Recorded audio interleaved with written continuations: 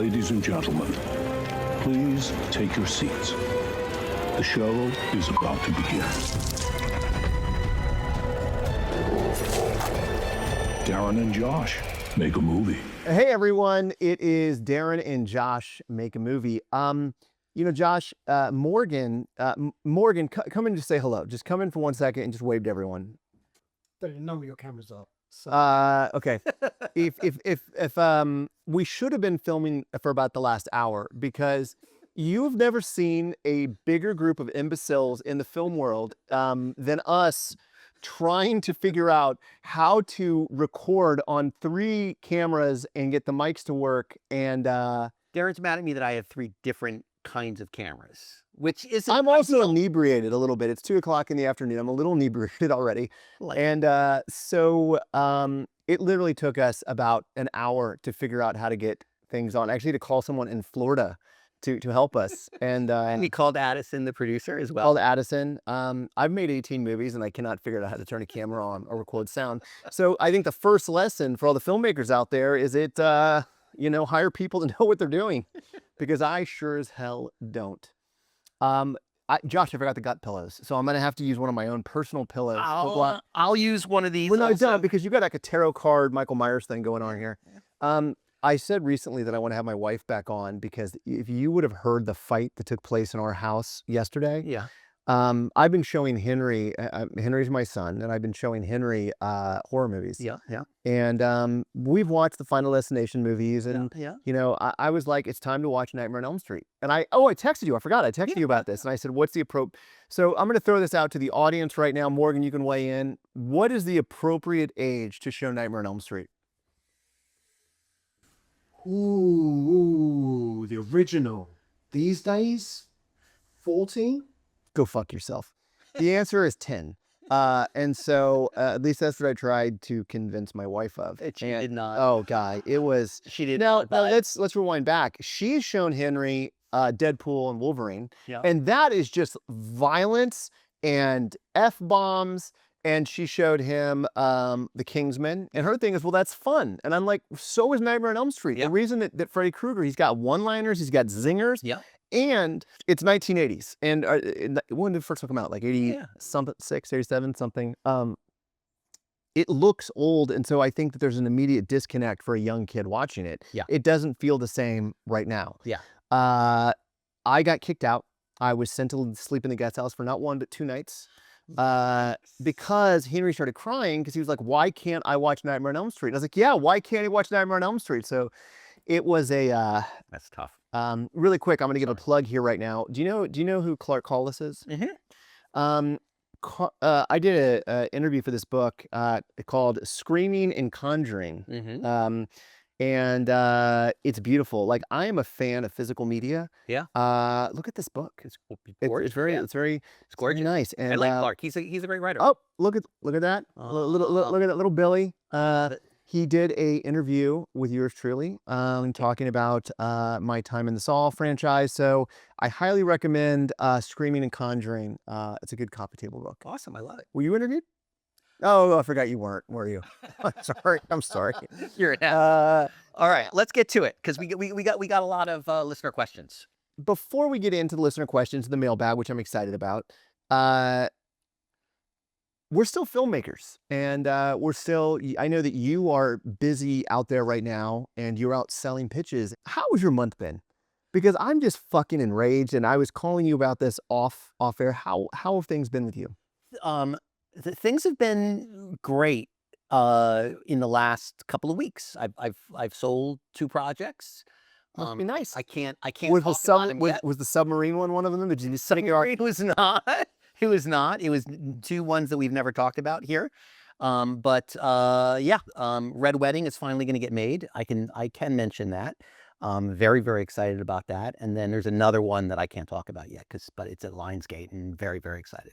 One of the frustrations is just I kind of lost my shit. I've had the same manager and agent and lawyer since before Saw 2. When off The Desperate, I've never changed. I've had the same ones. Yeah. And I think the problem with that is that with them comes this it's the word I'm looking for, and I hate to use this word, but what do you call it when 2 siblings have sex?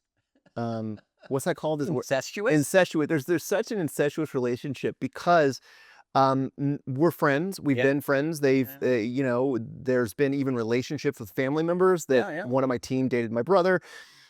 So I think that I really wanted, you know, I started off as a writer before I became a director, and I've got this idea. I was like, I want to get back into doing some writing. Yeah. And I had to go through this process with them, and this is going to turn into what we're dealing with, which is the process of a pitch and the information that needs to be available for someone like one of them to warrant them sending it out into the town. And I guess you deal with this a lot more than I do, but I was kind of brought back down to reality because it was like, what? Like originally I turned it into a 6-page thing, and then they had questions, and they're like, well, what about this, or this? And I'm like, well, yeah, I'm going to answer that in the script. And they're like, well, no, it's confusing. You need to put more in here because we're lost. Yeah. So the next thing I know, the 6-page thing turns into a 10-page thing, to a 20-page thing. Now it's to a 22-page thing. And I'm like, I'm 60 pages away from just finishing the script. What the fuck?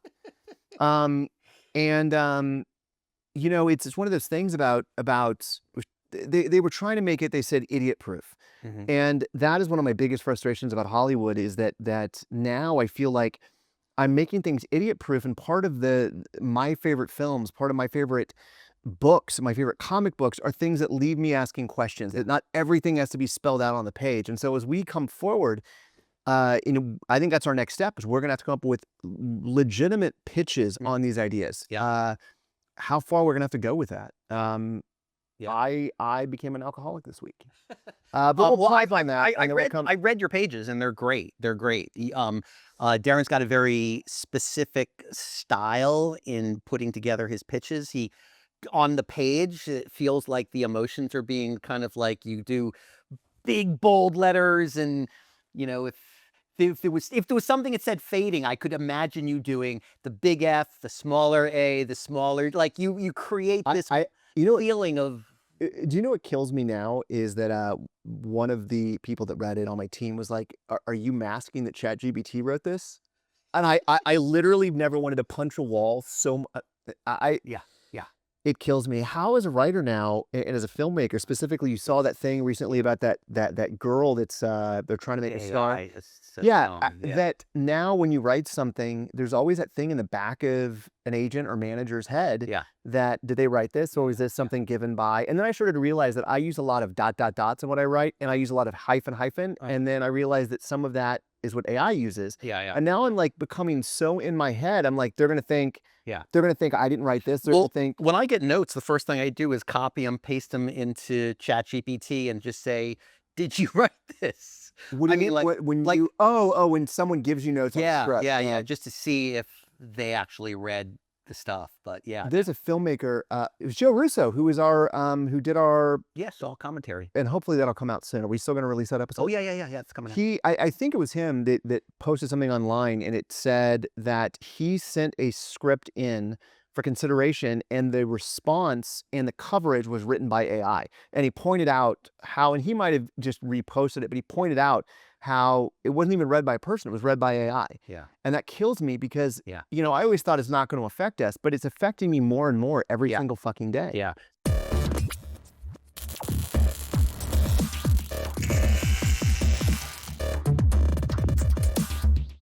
So I understand we have some mailbag. Let's dive in. All right. First question came from Grieselhertz. Any chance you guys are doing a European tour soon? I'm not answering anyone with the name Grieselhertz. Go to the next question. No, we're not doing it. We just have to get through this fucking tour first. Let's get through it. All right, cool. Tanny, when you start thinking about music for a film, how do you go about finding songs and score? Is this a fun process? For me, music is everything. Yesterday, I'll put it up here, a little video here right now. I was on the Universal Dolby Atmos stage, mixing the 4K Repo release. It was awesome. Music to me is the most important thing. When I'm coming up with an idea, when I'm coming up with a concept or about to go direct, I'll put together a playlist. The movie I just did with Lauren Lavera, we talked about how music is so important to us. And I mentioned earlier on that I do playlists. And that was her first question to me is, can you send me your playlist? And I did. And then throughout the movie, I heard her listening to that playlist. That's cool. So To me, music is so fucking important. Did you see One Battle After Another? Not yet, but I'm excited. That's one of those movies that score to me.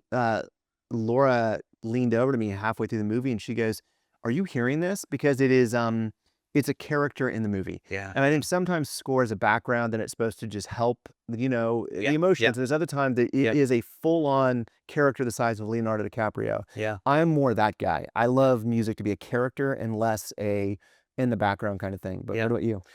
Yeah, I agree with everything you just said, but I'll take it in a slightly different direction. That when you're making films like we're making, it's hard to find the music that you're allowed to use that's cheap. One of, with the when the music industry shifted and musicians weren't making as much money with their music by selling records, and it was getting illegally downloaded and all that kind of stuff, their management were trying to get paid, trying to get money for these amazing songs and great musicians who deserve to be paid. But a lot of they started boosting up their prices for movie soundtracks and all that kind of stuff. And it's incredibly hard to, we'll do a rough cut of a film and use all of the songs that you want so desperately. And then you go to your producer and they're like, yeah, that's going to cost, that's going to cost 8.2 million. That's going to cost more than your movie cost to use it. I have one kind of fun story. When I was making one of my early films called Kids in America, my writing partner on it and producing partner, this guy named Andrew Schaefer, lovely guy.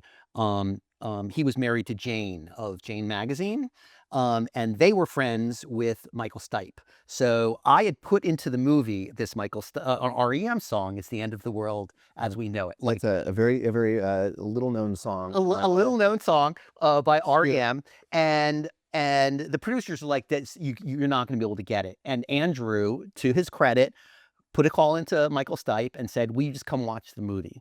And I flew to New York. We had this screening, and Michael Stipe is sitting there like in the fifth row. There's like 8 people in the cinema, and we watched the movie. And it has a the movie itself, Kids in America, has the big inciting incident is 2 people of the same sex kissing. So there's an element to it about queerness and all of that, which, as you know, Michael Stipe is. And he watched the movie and he was like, "Yeah, you can use my song." Are you serious? Yeah. And we said, we can't pay anything. And he was like, "You can use my song." Well, another little known thing that I didn't realize leaving film school is that, there's all these great, like Envato, which we should give another subscription of Envato away. We should think Yeah, definitely. There is a lot of things that as up and coming filmmakers you can use when you're making a film, and there'll be royalty-free, license-free things. But that's a misnomer a little bit. We had a movie that is coming out called Twisted, the one with Lauren Lavera. And originally I wanted a female-centric soundtrack. I just wanted there to be female singers, except one song from Prof, who's my favorite rapper who's in the movie. Okay, good. So we go down and we make deals, and I got everyone I wanted, every single person I wanted. Yeah. And then it came time for the contracts, and I think we talked about this maybe last episode. Even though so-and-so is a singular artist and she sings it, she might have 12 writers, but I need all 12 writers to sign off on it.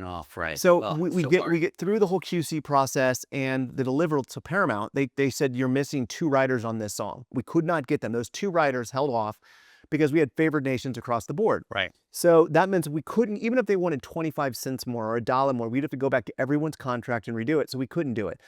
We had to lose the song. And so the editor says, "Hey, I found a royalty-free song on this website." Royalty-free for $10,000.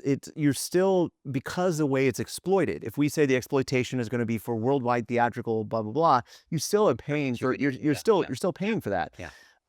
So we remixed the movie, we put that song in there, we get sent back again because it was an additional like $10,000 for what was a royalty-free, license-free song.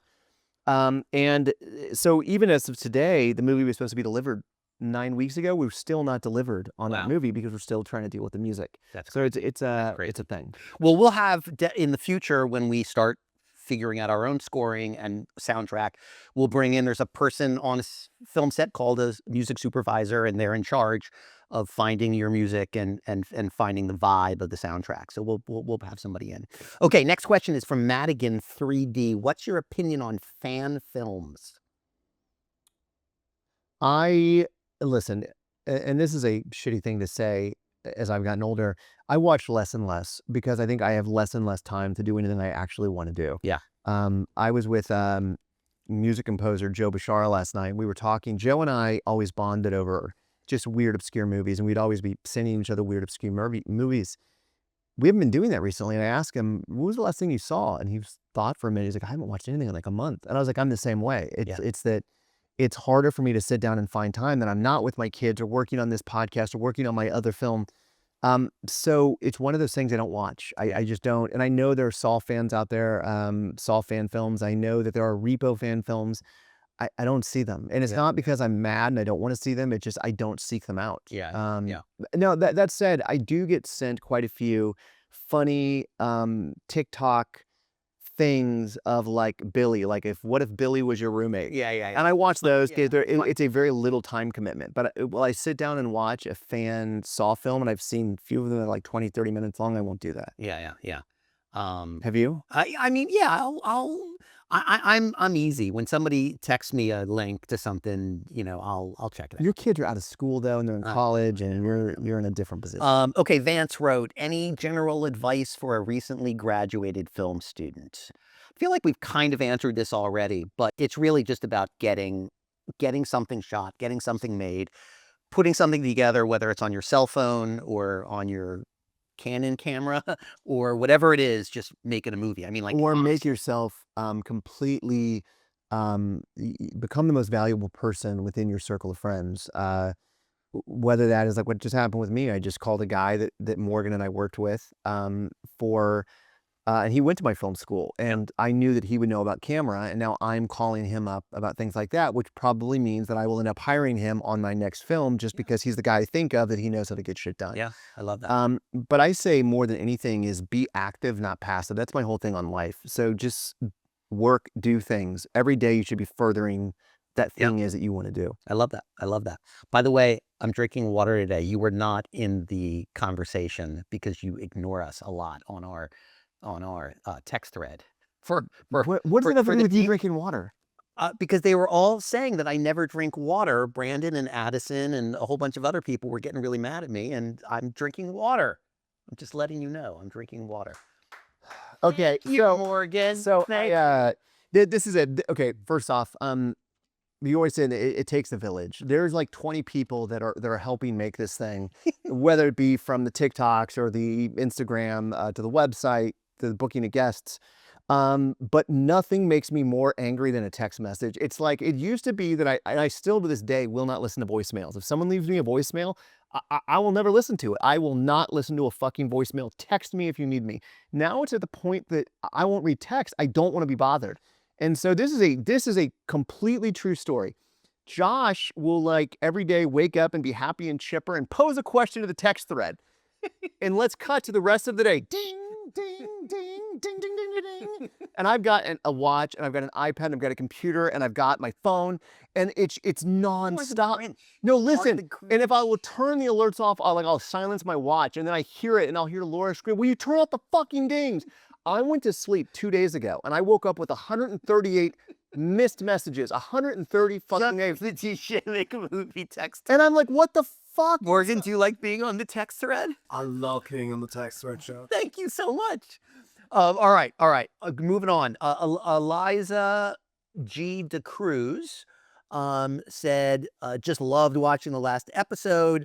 And it was asking about the secret message. I brought this up only because I wanted to make sure, I got a lot of angry DMs that we were making this, when you watch the last episode, there was a secret message inside.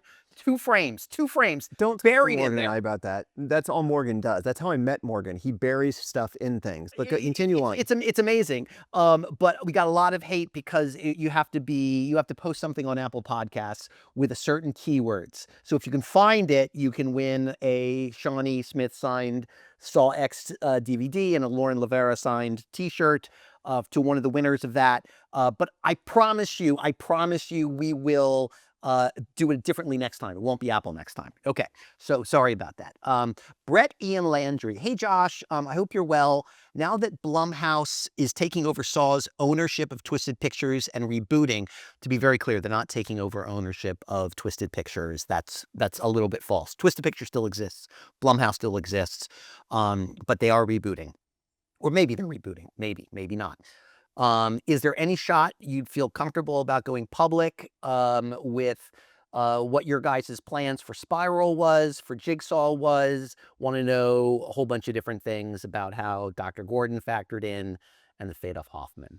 Trying to think of something new we can talk about that I've not mentioned or we've said. Like, here's a story about Spiral that I haven't told really quick. Okay, Yeah. I'm not going to talk about the sequel of Spiral or anything like that, but I will tell you a story that I was a very huge proponent that I wanted Tobin Bell involved in some way. And I kept trying to sneak Tobin Bell into the movie. And there was once a scene in the police station that starts with the close-up of Tobin Bell, and then the camera booms up and you're in a police station and you were looking at a monitor, and that got cut out. And I got close. I don't know if you remember this, but I edited the finale of the movie, which was when the SWAT team was coming and Chris was going and Max and all this. And I did it to Tobin Bell's music. And it was a cover song of Hurt, but I didn't do Hurt. I was like, can you re-record something of your own? But for the purpose of it, I put one of Tobin Bell's songs in the end of it. And it was awesome. To give that vibe. Yeah, to give the vibe. And that. the problem was, and I don't remember if it was Mark or Oren, one of the two hated it and one liked it. And I thought that it was going to be a war. Like, it was like, one of them was like, this is the worst thing I've ever heard. You're getting that out of there. And the other one was like, it's kind of cool. And it was great because we had Tobin. So for a long time, I refused to take it out. Maybe that was another reason I was fired. I just wouldn't take it out. But it was Tobin Bell for the last 4 minutes. It was one of his songs. And Tobin's got a great voice. I love that. Yeah. That's a Spiral thing. I love it. So Heather Dean wrote in. She said, I had mentioned, and I just saw what's the movie that just came out? The Shelby Oaks. I don't even know anything about this. I guess it's some big. Yeah, my friend made it, and then Shawnee was one of the investors in it. But what's the question on it? They just released a poster, and all of the people who gave money to help put it together were all on the poster. But I want to do that for our movie also with like photos of the actual people that are all part of all 72 listeners. You're gonna be. But that's coming, and I'll be putting stuff out about it. Do you know what I would honestly do as well? At some point, I do want to do a Patreon, and I want to do it differently. And we've talked a little bit about it whenever we get around to doing that. But like, I would be cool if people came to set and hung out and saw how we actually make a movie. Yeah, I agree. I think it would scare a lot of people away from making movies. A lot would get bored. A lot would be like, this is terrible. But that's something I think would be fun to do as well. Yeah. Well, and also once we find a producer, which we'll be having conversations in the next couple of weeks, there might be problems with us giving away the ending, but maybe the Patreon is something that we are able to like have a closer circle where we can really let people in. And for those listening or watching, we are going to get into furthering along the ideas today. But that is something I think, since it kind of leads into that what you just said, how much we do give away and not give away, because I think so much of a film is the surprise. Like, I know if it's a filmmaker I love, like I love Paul Thomas Anderson, I won't watch a trailer of his movie. And if there is a trailer on, I'll walk out of the room. I want to go in and experience the movie. Yeah. And I think that I find the most enjoyment out of movies that I know very little about. And that's one thing that's so weird about what we're doing here is I think that how do we, in the balance of how we allow our fans to be surprised by, imagine if you go into Saw knowing that in the very end Jigsaw is going to stand off the floor. Yeah, it's gonna take it away, and I think that will get out there. So that's something that as we continue to move forward on these ideas, where is that line? We've had a ton of people writing in and asking if we want to be on their podcast. I'm open to it. I'm absolutely open to it. We've gotten so many offers though. But if you're serious, reach out. I have to organize my sock drawer, but Josh would love to do it. Lisa asks, if you go back and change anything about any of the Saw movies, what would it be and why? I think for me, I originally would have said Saw 4, because there's a lot of shit in there that, I think I was fat and lazy and it was just not thinking.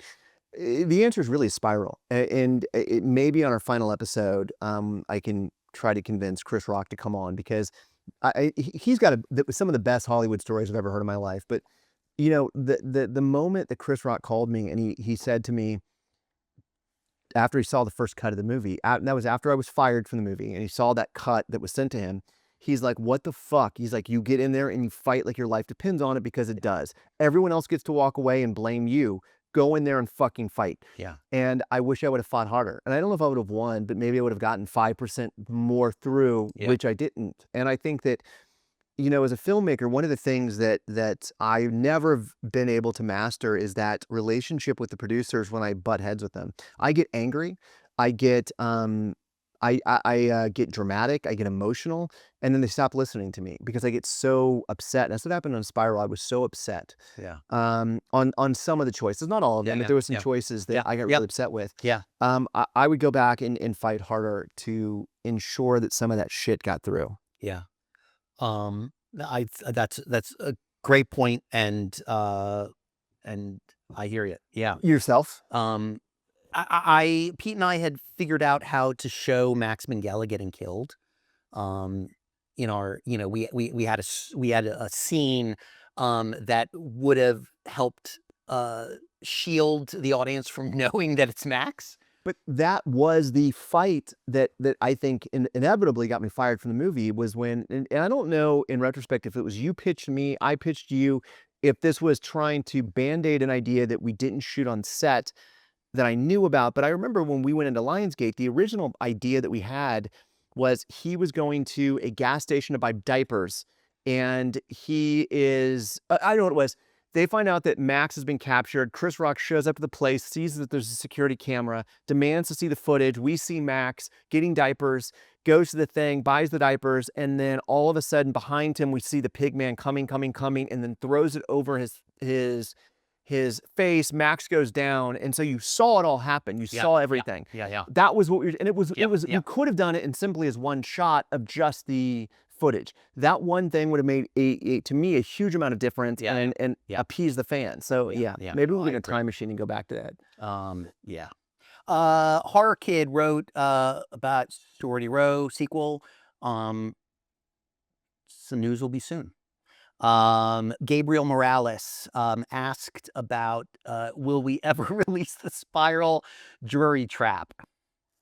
No, I don't think so. First off, I always fight about this and saying, you say it's not a trap, I say it is a trap. It was a scene. It's a reveal of what happened for a trap. Yeah, but we never shot the trap. No, we didn't shoot the trap, but I think what was cool about it was Samuel Jackson on his knees piecing the face back together, and then there would have been a scare where he's not dead. He jumps up. Yeah. We never put the work or visual effects into it. It was cut out almost immediately.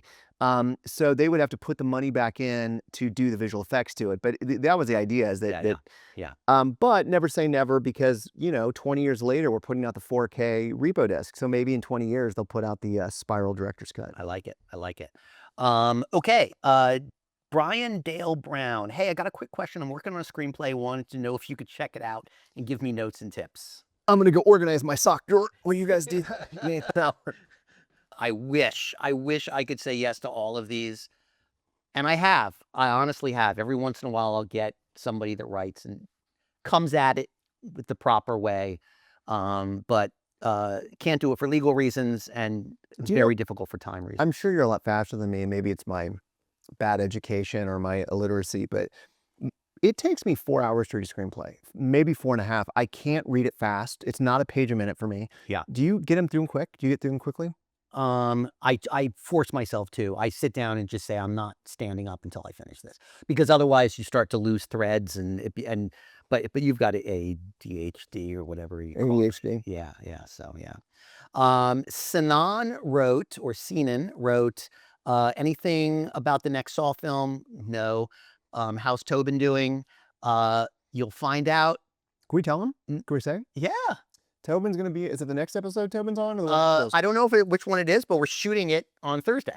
Yeah. We're shooting it next Thursday. We have some cool guests. I'm not going to say the guest, but there is a guest that's going to be on, and it was so crazy because we are getting contacted by people now to be on the show. one of the guests that came out, I was a huge fan of in film school. I reached out to them and I got him to sign my poster of the movie, which hung in my dormitory or my thing at film school. And now he's going to possibly be on, which is crazy. Yeah. No, I'm excited.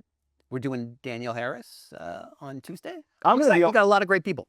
I had a crush on Danielle Harris. In fact, I probably still do. She's amazing. She's just fucking badass. I don't remember how it happened, but she lived next to me for a while. And I remember one time she was sitting on our couch. It was like a party or something. And I walk out and there was this huge, like, I walk out and I was like, oh my God, Danielle Harris is sitting on my couch. I had a crush on her for, I mean, she's awesome. And now we're going to be talking to her. Yeah. Don't talk about my crush. Shit, I just said it online. Yeah. Laura grew up in LA, so she has a lot of LA friends. And I remember I was taking a nap in our room one time. And I woke up and I came out and I sleep in my underwear and I walk out and it took me a moment to process what was happening. But I walk out and Jessica Biel is sitting on our couch. And I remember I stood there and it was like, I was shocked. It was like a deer in headlights and I didn't move. And then she was like, oh, good morning. And I reverse roboted right out, fastened the door and shut the door. I love it. That's great. That's great. Tobias wrote, my main question was going to be, all right. We had a couple, Sil, Tobias, a couple other asked us about the future of Saw. We don't really know and we can't really comment right now. Not because we don't want to, but just we don't know and we don't want to lead anybody in the wrong direction or pretend like we know something we don't know. George Machen, a whole bunch of people have written, and he was one who wrote about wanting to help us out, to put another person on our text. George, no, it's not that I don't want your help. I don't want another fucking person on the text thread. So I'll be reaching out, George. You're on. Tell you what, why don't we get everyone's phone numbers that listens, all 71 people that listen to our show, and we'll put them all on a text message. What's your Shawnee Tribe wrote? What's your favorite funny behind the scenes blooper between Shawnee or Tobin? Maybe between Saw 2 and 3. This may be on one of the behind the scenes. I want to say it was on one of the discs. So, you know, let's no one forget that I was 25 when I made the first Saw film. And so I'm still very young and inexperienced. And I thought fart humor was funny. I still think fart humor is funny at almost 50. And I would always bring a fart machine to set. And I would try to keep it to one fart per character per movie. But I had to time it just right. And because you don't want to piss someone off, but at the same time, you want to do it when they're in a very compromised position. I remember that I did Tobin's when he was on the bed in Saw 3 and he was doing this very emotional monologue to Shawnee. And I think it was probably the time that after Shawnee had been shot, we were doing his close-up and he was like, the test was for you, Amanda. And it was this whole thing and he's looking out and I had it under the bed. And this was an expensive one. This wasn't like a whoopee cushion. This was a very high dollar. And I remember I did it one time and then everyone looked at me and like, don't, because Tobin's like crying. And so I did it and you heard it. It went, brrr. And at the very end of the scene, Tobin goes, I'm sorry, I don't know what happened. He thought he farted. That is so good. That is awesome. Yeah, I think that's awesome. In one of the DVDs. I don't know if it's on the director's cut one, but that sequence with the fart is there. Oh my God, I love it. I love it. Just speaking from a standpoint of having a childish sense of humor, when you start making a film, when you get into the movie business, you create fake businesses for yourself in order. Basically, they're shell companies for tax purposes and all that. But when I got to choose my business name, I named it Cheese Cutters. So if anyone finds, if I call anyone, it'll say on the screen Cheese Cutters. And every time I use my credit card, the person at the place will say, so wait, do you work with cheese? I'm like, no, it was a fart joke. Cutting the cheese. I was 25 when I created my business name. Okay. That's so funny. My business name is from when I was in high school. There was a thing. Remember the Groucho Marx? He always had the cigar and he was like, so I always did this thing that was like, blah, sang, blah, blah, blah, sang. And so Blawshank Productions is still the thing. And it was all, so yeah, from high school. I love it. Kyle, I love the episode where you guys talked about different jobs of a producer. Not being in Hollywood, I have a couple more questions for you. What does a PA actually do on a set? Everything. Anything and everything. Everything and anything. Yeah. You were the first there, the last to leave. But your job is to aid and assist any department. Well, it's changed. I mean, now that I'm a DGA director, they're DGA PAs. They go through a system. Yeah. I'm going to answer it in the most generic fashion. If you're a non-DGA director and you're not part of the DGA and you're on some independent film somewhere else, a PA does anything and everything that is not glamorous. That could be laundry. It could be coffee. It could be locking down the set. Well, washing the car. Now, primarily now, when you think about it, they lock down a set. And so PAs will be given walkie-talkies and they will be positioned on all sides of a set to make sure that no one walks in the middle of a scene or, you know, bothers someone. So a PA does anything that is kind of not glamorous, but I think being on a set is glamorous. So maybe that's a kind of misnomer. Yeah. He also asked about a story editor, which I think is interesting. Story editing, and I'll answer this because it's more of a writing question, but story editor is less for feature films and more for TV. There's a hierarchy if you're on a TV show. I'm going to go over here just in case my camera went off. But there is a hierarchy on a TV show where when you first get your job, the first thing you are is a staff writer. Then you become a story editor, then an executive story editor, co-producer, producer. And actually, it's different in television than film with executive producer. Executive producer is the highest on the television hierarchy, even though the producer is the highest in the film hierarchy. A little funny story is one of my first jobs in Hollywood. I was a story editor for a reality show, and that's a totally different thing. For reality shows, a story editor watches all the dailies and then creates a story based on the real life stuff. But one of my first jobs was on Who Wants to Be a Playboy Centerfold. So I was locked in a room for 10 hours a day watching naked women walk around and talk to each other in the Playboy Mansion.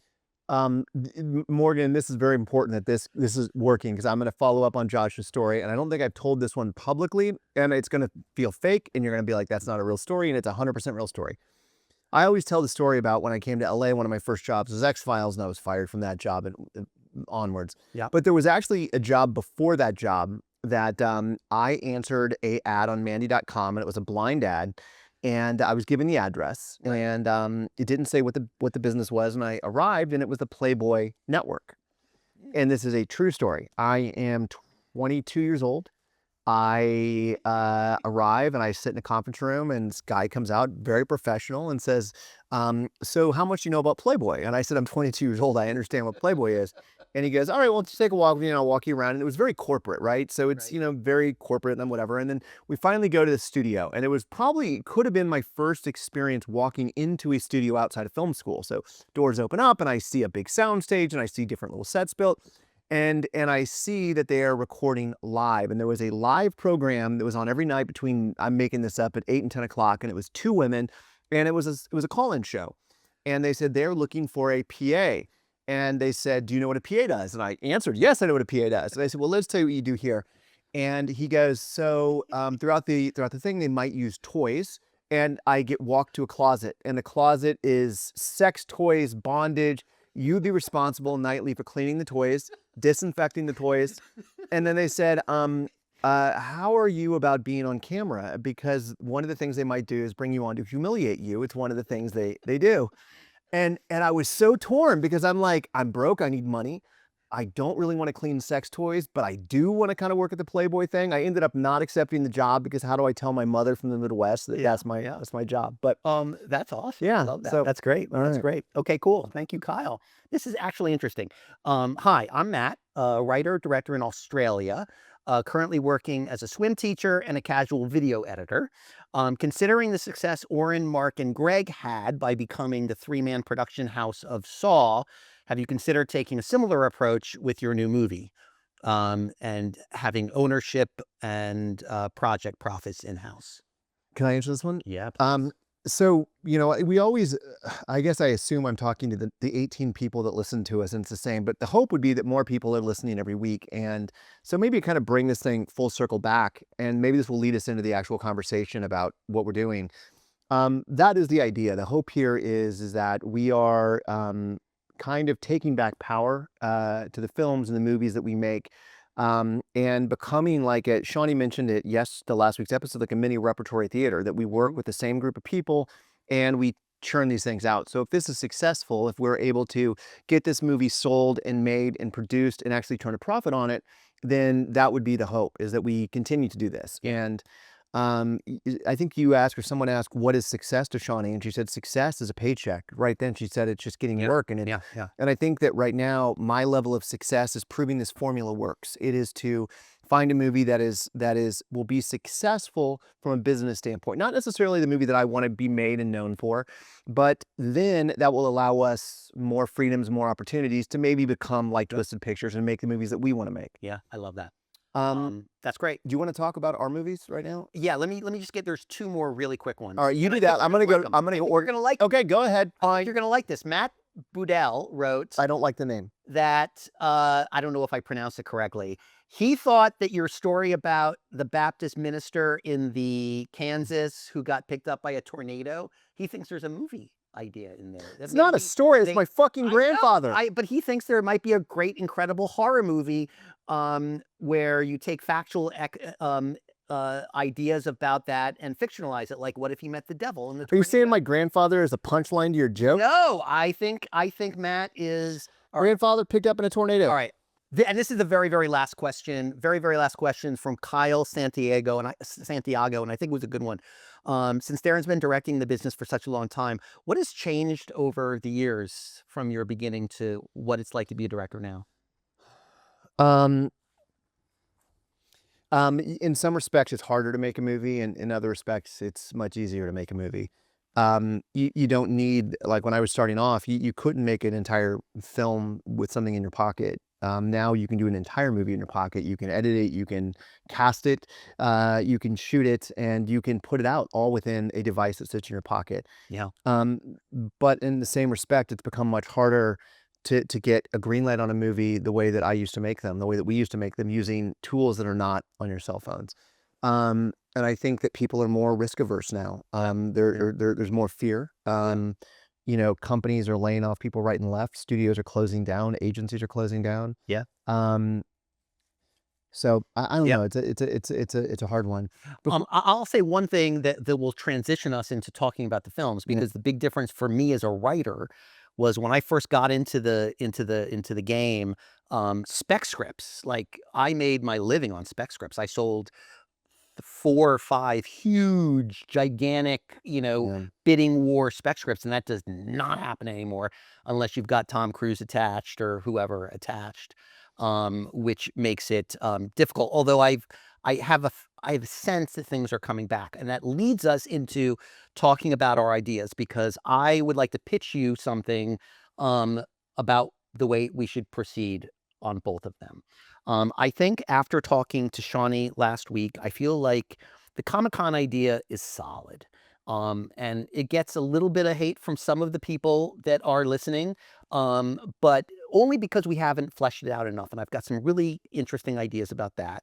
What I would like to pitch to you is that we take one of our ideas, we try to package it, we get the cast attached, we have a fucking solid ass pitch. It's like everything, all cylinders rocking, and then we take that out to market and see if we can't raise the money to get that made. Simultaneously, while we're doing that, we take, I think, Privilege, since that's the one that everyone seems to be most excited about online, and we spec that. I can spec it, we can spec it, however we want to do it. And then we take that out as a spec script and maybe try to attach somebody to that and try to come at it in a different way. So our show is now called Darren and Josh Make 2 movies. 2 movies. Yeah. I love it. I think that is I think it's a good idea. I think that, again, it's better than buying 1 lottery ticket? Buying 2 lottery tickets. No, I think it's good. What I want to do over the next couple of weeks with you. And I think we're going to have some fun episodes coming up. We're going to have Tobin Bell. We're going to have Danielle Harris. We're going to have a producer coming in. And I think these are going to be our benchmark episodes. But I think we should also put some other episodes out and kind of lean into what the show is about, which is the process. And I think that going through the process, how do we determine, not determine, how do we ensure that we're going to be successful in both of these things? That means how are we positive that in a room that we are going to sell the pitch to the Comic-Con idea? And how do we know that that script is going to be 100% a huge sale? Right. And I think that we start plotting the course and we map these things out. I think maybe I'm just throwing this out now. If we start with the Comic-Con one, because that to me is the low-hanging fruit. Yeah. I don't think it's probably of all the ideas, it's my least favorite from a story standpoint, but it is my most favorite from a success standpoint. I think that one, I already see the premiere. I already see the Fango cover. I already see the actors, and I can envision 10 years from now the cult status of that film. Yeah.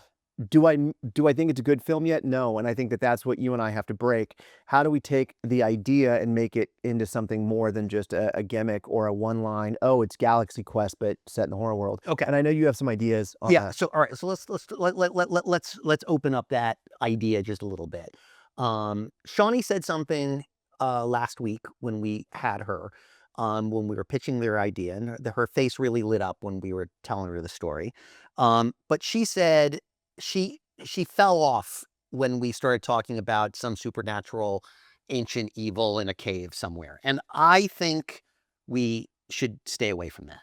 The thing that she said, which I really liked, and I don't know if it's Linda Blair or not, but she said, what if Linda Blair gets taken or gets killed? And then you've got a group of people who have been traveling around with each other for 20 years doing these things, and they're protecting their own. It becomes a personal story instead of becoming something that is could come across as silly. Addison said something very, very similar with that as well. And I feel like let's approach this from a standpoint of really leaning to the characters. And something that got me excited, and it kind of goes against a little bit what you have been jumping up and down about loving this idea, which is it's a crowd pleaser. I also feel like there's an opportunity for us to take this in a direction that, all right, Safdie Brothers is too hardcore, but to really explore these humans, these characters, lean into the not only the realness of like somebody having a limp or something like that, but just they're sorry, I just probably hit the sound. Lean into who they really are and what makes them tick and all of those things. Like there was an idea that I got excited about just the other day. I was thinking about like, all right, Danielle Harris. What if Danielle Harris gets kidnapped? And how many Michael Myers have there been? Like, what if all of them from the con, who are all in their own places signing their stuff, they are like, you've got 7 Michaels trying to rescue their friend, their person, and you come at it from a real place. I think that's why the next episode is pulling back the curtain on this process of the actual construction of the document, which is kind of like it is a map. It is how we're going to get from there to there. And I think a lot of that comes down to tone, because I can take one idea and write 5 different tones from it and have 5 completely different movies. Yeah. So you have the over-the-top comedic. You have the self-aware kind of bleak. You have the completely straight-faced horror. I think a lot of this is going to come down to tone and the people that we end up getting in this movie. I agree that leaning into the realism, the relationships, all of that. But the biggest difference and thing that concerns me a little bit, these are real people. They're not. Yeah. Bill Moseley is Bill Moseley. Danielle Harris is Danielle Harris. So I think that how you present them is a huge thing. Like for me, having the comical over-the-top version of them is something that I understand an audience watching. Having the real Bill Moseley, who is maybe a little socially awkward, who doesn't really like to communicate. I don't know how, because I don't know the people in real life. I know some of them. I'm trying to figure out that balance of tone. Like, what is the tone we're going for? What is the comparison? What is the movie that you can say it's kind of like this? Is it kind of like Galaxy Quest or not? Is Galaxy Quest too over the top? Is it too funny? Is it like Three Amigos? Three Amigos is completely absurd and all that. What would you say the tone right now is of the movie? Because you take that same idea and put it through the lens of a different tone, you have a completely different movie. Well, I've been leaning into your idea of this, which has always been something bigger than life and craziness and just fun. And I would like to keep that. I would like to hold on to some of that. But I also feel like we can at the same time find a way to connect with the characters in very real ways and have them be themselves. I think, yes, they can do, and maybe it's a version of both. I think by the very end, though, Danielle Harris is not a murderer. Kane Hodder is not a murderer. And I think for the joy and the glee of watching it get to that point where they're going to have to do things and we're going to see people dying, they're going to have to take on a role that's not themselves. And I think that, I agree. They're not playing themselves. They're playing, it's the entourage version of them. I figuring out the inciting incident is going to be a big thing for us. Like, what is the thing that propels the story forward, whether it is a kidnapping, a murder, whatever that thing is, because that is going to help dictate tone as well. Like, I can already visualize, like, I'm trying to think of a movie where, what was the movie where a bunch, 10 soldiers, there was like a boarding school and these people went in to hold the whole school hostage. Was it Taps? It was Taps. Yeah. But like, what is the inciting incident? Like, for example, there's the version of it where there's a con going on and a group of mercenaries come in and hold the whole thing hostage until they get this thing that they want. And now they have to go against them. Is it, like you said, Danielle Harris is captured by I'm making this up, a renegade, crazed ex-boyfriend that's tied into some, horrible, making this up, neo-Nazi group, and they have to go rescue her out, and now you're dealing with those thugs. Right. Like, what is that inciting incident, which is going to, in my mind, dictate the rest of the movie? Yeah, yeah. And I think that's one of the issues why maybe I still don't love the con idea, even though I came up originally, is it's just amorphous. It's out there with an idea, but let's hone that in. So I think your and I next thing is we sit down and we beat that out, so we at least have the bare bones DNA of what that movie is. As it relates to the privilege, same kind of idea is that what was I watching the other day? I was watching a movie and I was like, this is why the privilege would be so cool. And it was I was watching Clockwork Orange. It's been years since I went back and watched Clockwork Orange, and I pulled it out. And what I love so much about it, there's a commentary in there. It's a commentary on violence. It's a commentary on, free will. It's all of these things going on. And I'm like, I think the privilege can say something.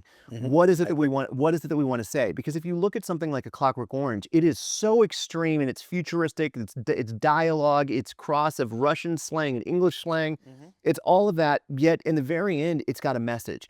What is the message that we want to tell, and what is the world we're going to set this message in?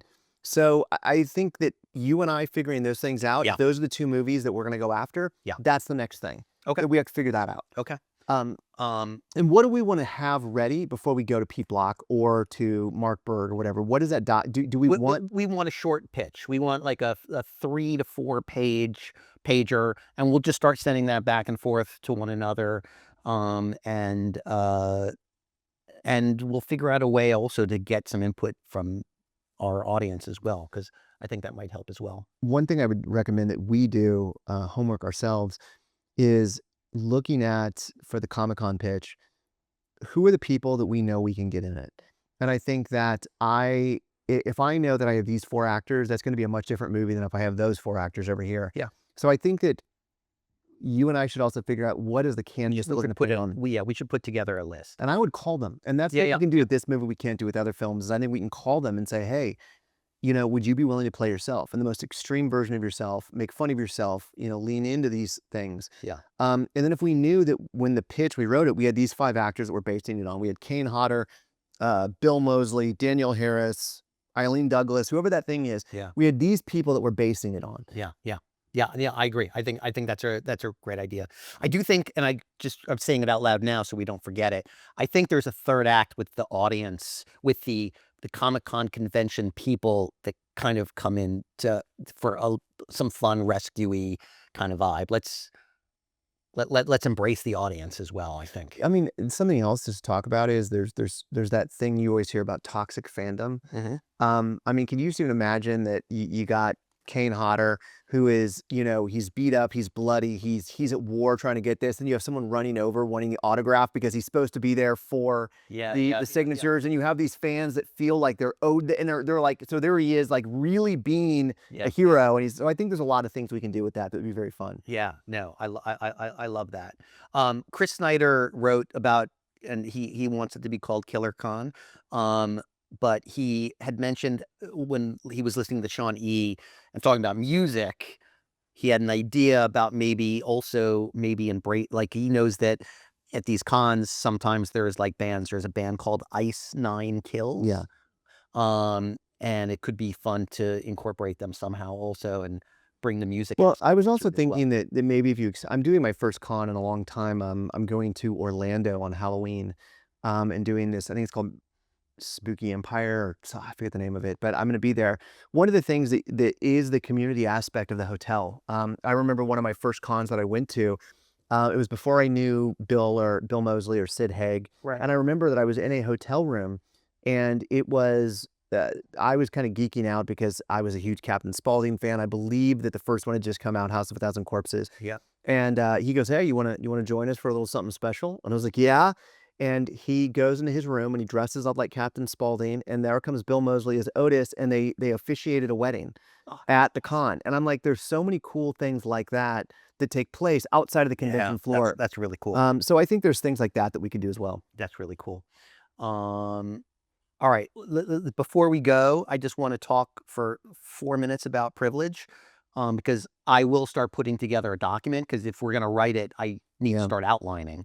Do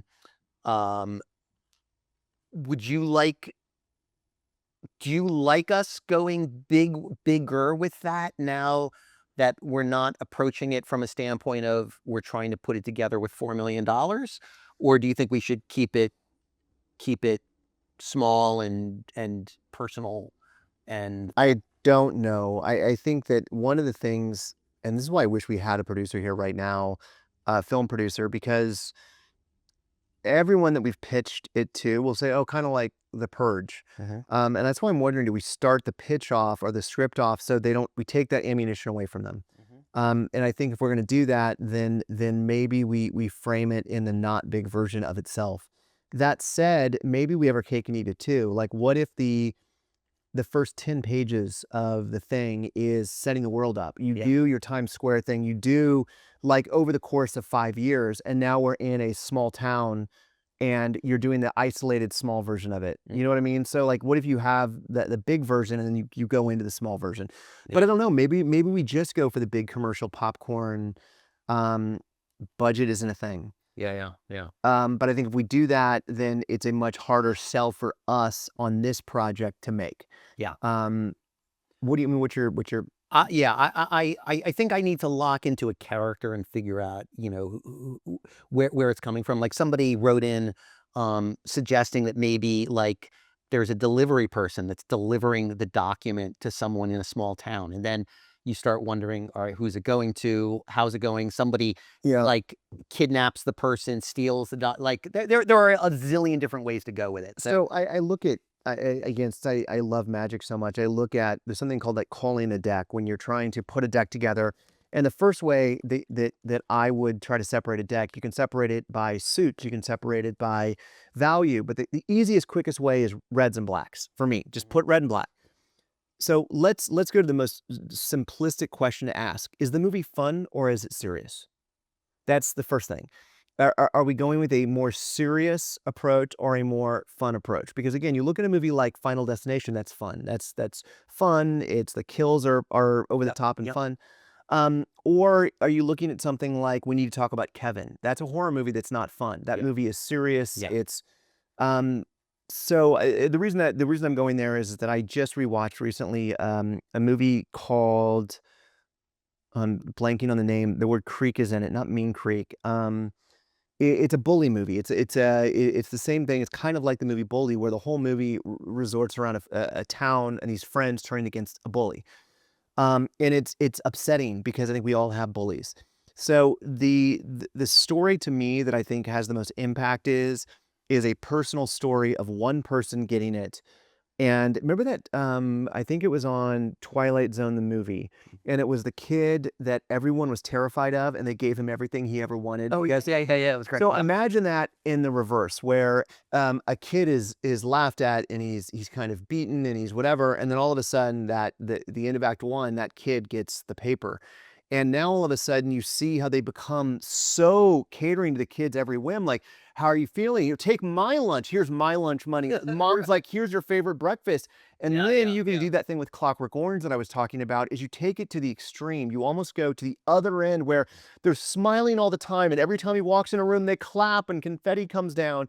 And you're basically seeing how this kid, everywhere he goes for a year, everyone is kissing this kid's fucking ass. And you're making a real over the top kind of look because he has the ability to kill one of his bullies. Yeah. I think there's a more connection thing for me as a filmmaker I can do with that I understand, but then there's the bigger version. And I think that's the first, is, are we trying to make a fun movie? Are we trying to make a movie that says something? So that's what I'd ask you to think of on over the next week. Like what's the best version of that? Okay. All right. I'll put some things about it. Before we go, I just want the people have been writing in are so cool and so awesome. Wayne Edge gave some great ideas. Drew McEnany, David Malcolm, Krister Cavaleras, Jonas Engel. It just like there's so many cool people, and I'm putting together ideas and thoughts, and I can't thank you enough. I mean, you guys, we're only here because people have embraced. Well, I would love to do another one of those office hours. I had a lot of fun with that. I think we should maybe set that up for next week as well. Okay. And again, let's maybe office hours is its own thing. We just drink and talk. Maybe we do this one's called the writer's room, and we get everyone in there and they can throw us their ideas about these two ideas. Yeah. And then not saying we're going to take their ideas, but let's listen. Let's let them in the creative process. Or writer's room. Yeah.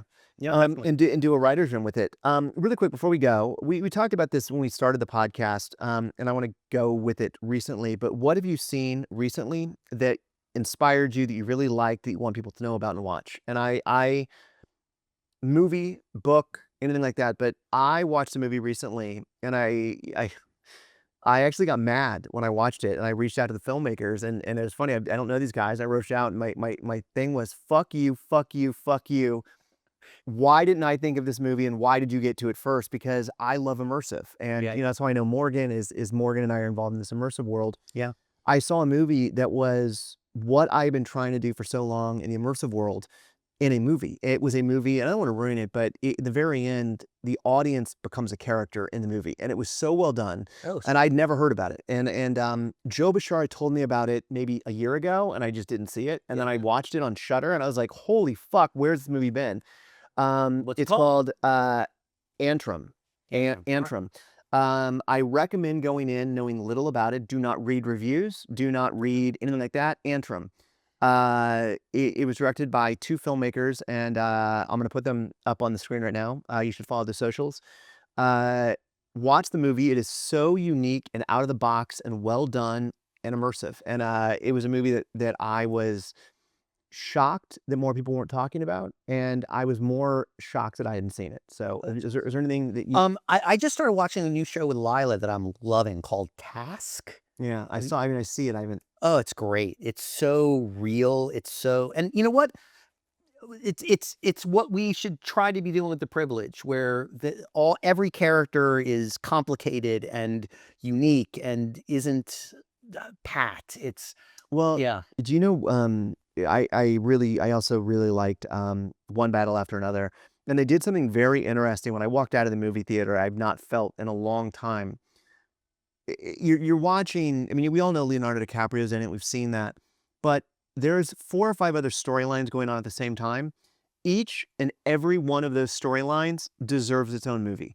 It's cool. And I walked off and I'm like, I want a spin-off movie of every single one of these storylines. And they're so badass. So you have this Benicio del Toro storyline, and you're just like, oh my God, I want a movie on his character. Yeah. You have these nuns that are they grow pot and they shoot machine guns. And then you got this white supremacist thing called the Christmas Adventure Club, the Christmas Adventurers. And you're like, oh my God, I want each one of these to be their own movies. And I love that. I think that's what I want to do as well. So everyone, Darren and Josh make a movie. Well, we should call it Darren and Josh Don't Know How to Make a Movie. Because in the course of today, Morgan showed up, we set up, it took us an hour and a half to get anything up, and everything was breaking all around us. And then we started filming and the camera started going off one at a time. And now we're down to just one camera, Josh. This is unacceptable. We're just seconds left. Everyone, hit the like, subscribe, and please leave a comment on whatever you listen to, whether it's Apple iTunes or YouTube. Please leave a comment and join us as we continue to break. If you didn't find the secret thing on last week's episode, it's there. 2 frames. Find it. All you got to do is write a little review on Apple Podcasts. It'll take you 5 minutes if you find it. Bye. Bye. Love you. Bye.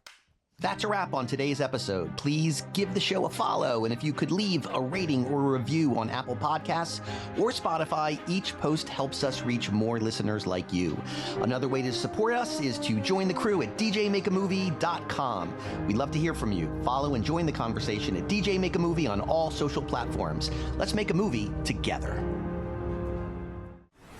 Darren and Josh Make a Movie, Season 1. Hosted by Darren Bousman and Josh Stolberg. Produced by Addison Marshall. Email the team at djmakeamovie@gmail.com. To watch on video and enjoy all the visuals you may have missed listening to the audio version of the show, subscribe to the Darren and Josh Make a Movie YouTube channel. Thank you for joining. Oh, yes, there will be blood. No, it's not creepy at all. I run a house with 50 crazy bitches. Taught them to say goodbye. This is real life! You're hallucinating. It is real. This is okay. That girl really needs to learn to keep her mouth shut. A man with a shudder. That is disgusting. Is that a fucking piranha? They took my penis! Oh, I wish I hadn't seen that. You haven't seen anything yet. You want to play games, motherfucker? Citrate comes in a little glass vial. Hallelujah!